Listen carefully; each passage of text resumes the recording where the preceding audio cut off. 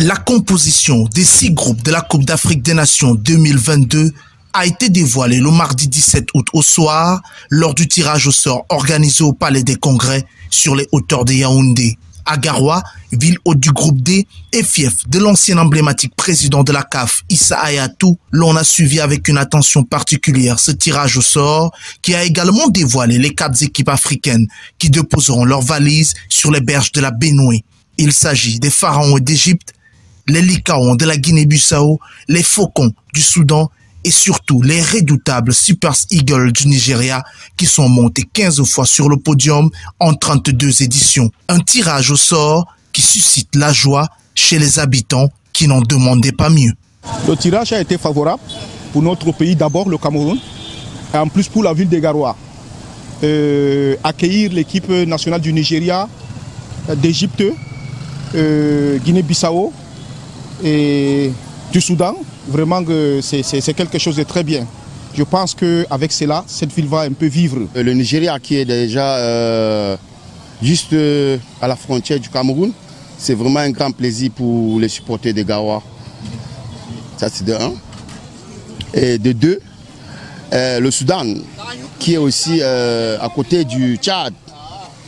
On espère que les Tchadiens vont venir nombreux supporter le Soudan qui est leur voisin direct. Conscients des retombées économiques de cette grande messe du football africain, certains habitants de Garoua comptent bien tirer leur épingle du jeu et ainsi renflouer leur bourse sérieusement affectée par les effets néfastes de la pandémie du Covid-19.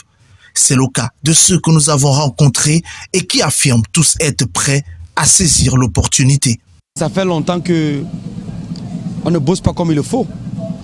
On essaie aussi de bosser la nuit, mais ça ne va pas. En journée, ça ne va pas.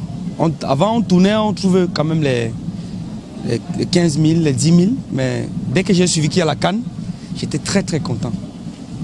Et je suis prête d'accueillir la CAN. Ou non. On fera le mieux pour les accueillir. Quoi qu'ils fassent, on sera prêt pour les accueillir.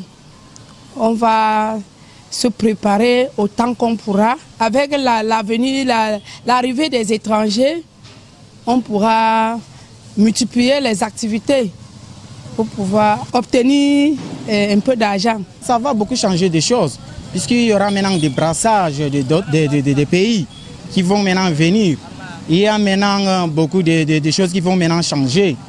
Oui, au niveau du tourisme, bon, au niveau maintenant des loisirs et tout et tout.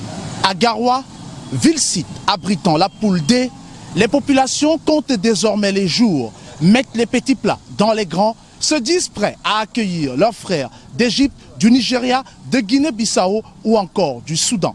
Certains trépignent d'impatience de se rendre au stade Omnisport de Garoua le 11 janvier à partir de 16 h pour vivre la première rencontre dans ce groupe D, le choc entre le Nigeria et l'Égypte. Suivra ensuite le deuxième match de ce groupe D, toujours le 11 janvier, entre la Guinée-Bissau et le Soudan. Un moment historique que les populations de la ville de Garoua souhaitent vivre impatiemment.